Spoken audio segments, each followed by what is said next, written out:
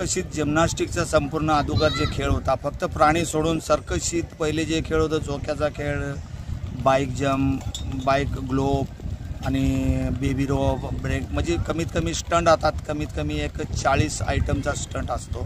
तो स्टंट संपूर्ण होणार. त्यात आयटमचे एक वेगळे वेगळे नाव घेतले असतात.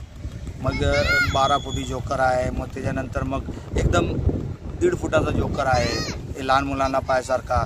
परत गोरिलासारखा एक बनवलेला आपण लोकांना लहान लहान मुलांना पायासारखा आहे. एक 7.5 ते 8 फुटाचा गोरिला आहे, ते मुलांना फार आकर्षण करतं.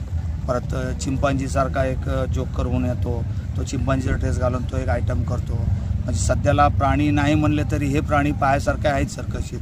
आणि पोट धरून हसवणारे जोकर आहेत, लहान लहान मोठे, डोरेमोन, परत मोटू पतलू, असे एक एक ॲक्ट घेऊन येतात आणि छान ते छान मनोरंजन दाखवतात.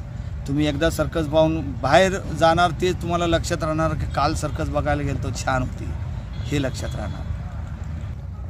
कोरोनानंतर जगात नुकसान झालं, पण ते ठीक आहे. पण सर्कस हा व्यवसायही सर्वात शेवट चालू झाला. कमीत कमी 2 वर्षे सर्कशी बंद होते, 28 महिने सर्कशी बंद होते.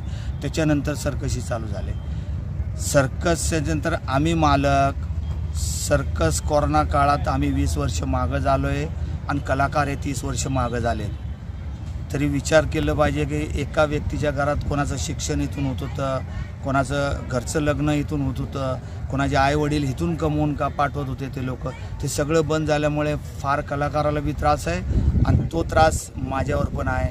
तर पण मी तेच कलाकार घेऊन फिरतो आहे, कारण मी 80-85 लोकांचं पोट इथं भरतोय सर्कशीत, ह्याच्यामागं 400 लोक दुसरे पोट भरतात.